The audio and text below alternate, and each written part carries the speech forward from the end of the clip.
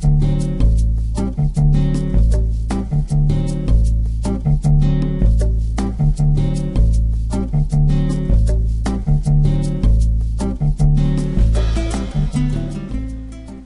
morning, everyone. Welcome to the Stock Market Morning Prep video for Wednesday, February 25th.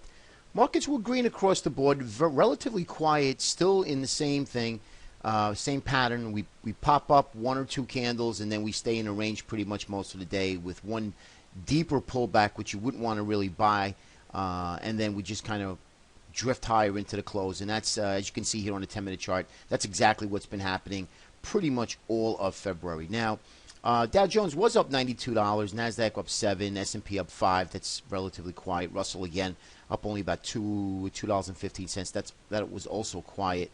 But that's what the markets are doing. This is what the patterns are giving us, and trading is very light.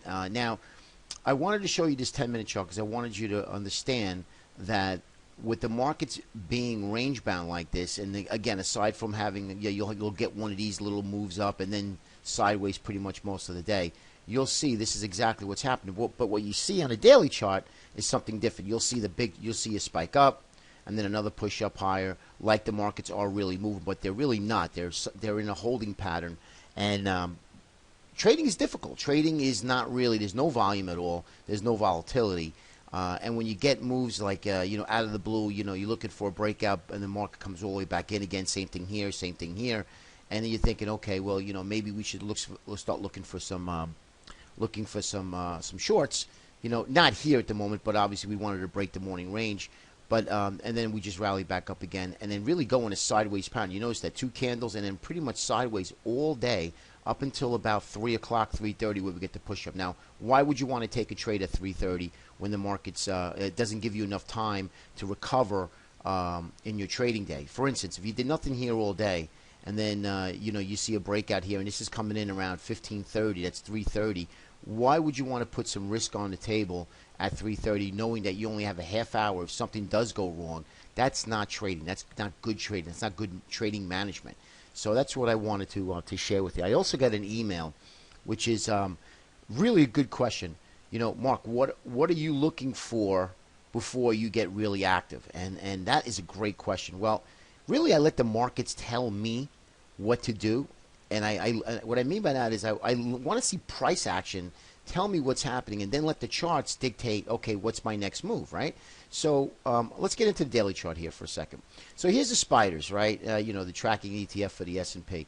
Now, again, we popped up. We had two big explosive days, really had a holding pattern, another pop-up, 2 down days, 2 up days, and then we broke out of this flick. So you see what's happening here. 2 up days, 2 down days, couple of pause days, the next thing you know, you're at 206.85 from when you came down to 198.35. Not really good trading, but nonetheless, you broke out of the bull flag. One candle, if you see this area here, and then we went sideways for 5-6 days, and then again, that move on Friday, where the market just rallied at the end of the day, which was just pure short covering rally, and now we have an outside day yesterday. So technically bullish.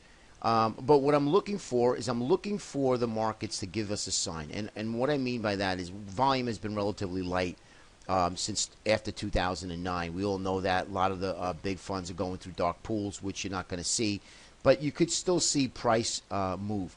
And what I want to see is the transport start breaking out of ranges. I want to see our indicators starting to move towards the upper end of the range. I want to see the Russell. I want to see the banks and financial start to move. And what I mean by that, as a group, as a whole unity, that we're all moving together. Therefore, I get my confirmation that we're indeed headed along. So I'm going to be looking for pullbacks into some sort of support, right? And this is going to be on an intraday basis. And same thing for the swing traders as well. But this is what I'm looking for. So I'll give you an example. We had an outside day yesterday. This ES was only up about 5 handles, and that's not a lot when you're dealing with usually a 20-handle range.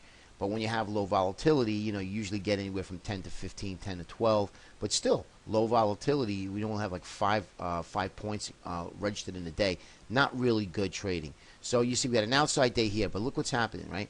Transports inside day. So I want to see the transports move. I want to see the transports break out of this high so we can move. Now, consolidation is good. There's nothing wrong with that. We did break that bearish symmetry of lower lows and lower highs, right? But we want to break out to the upside. I want to see this market start to move with some energy. We don't have any energy. We have no energy at all into this marketplace, okay? So that's another thing I want to see.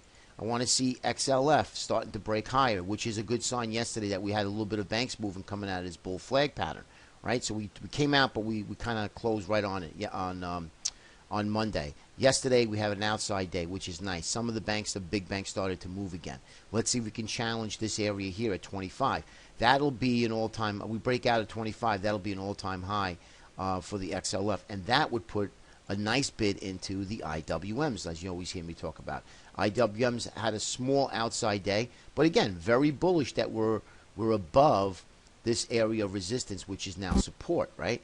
But really not moving anywhere. We haven't gone anywhere other than, again, one or two big candles. We had 5 moves, 5 days down, and then another 1 to 2 candle move higher to get back up again.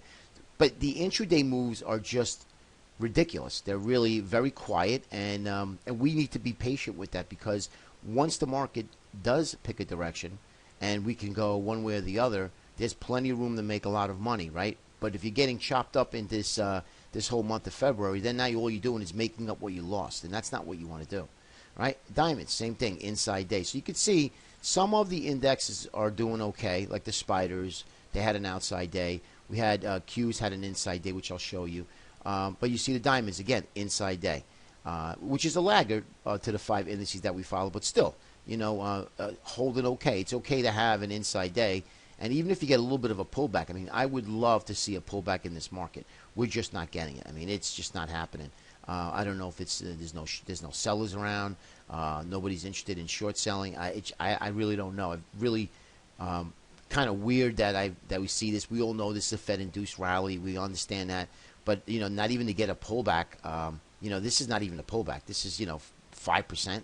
This is not even 5%, and something like this. You get something that's like 6%. We haven't had a 10% to 15% correction in over 5 years. So that's something that the markets truly need. Okay. And lastly is the Qs. You can see here we're had an inside day. So again, quick recap. What am I looking for? I'm looking for, number one, I'd love to see a pullback into the 20-day moving average on all the daily charts. That's the first thing. Let's say you don't get it. I'd like to see a slight pullback then, maybe to the 8 on the daily charts, consolidate very shallow, and then start to take out the highs, and with every index humming, okay? And what I mean by that is the 5 indices that I just showed you, plus I want to see the XLF and technology to continue to move. If that happens, then all bets are off to the downside, and we can go back to buying pullbacks. Right now, buying a pullback is really not the greatest thing in the world either, because what happens is on the intraday basis, you'll get your pullback. The pullback becomes too deep, and now you get stopped out, only to come back up again. So, I'd rather keep the palate dry. Markets are going to move. They're not going to stay like this forever. And I do think that with non-farm payrolls that come out on Friday and mutual fund inflows, we should get movement to the upside. Now, obviously, news trumps the charts, and that could happen. That could change intraday. So just keep that in mind, okay? All right, hope that helps everybody, and we'll see you tomorrow. Have a great day, everybody.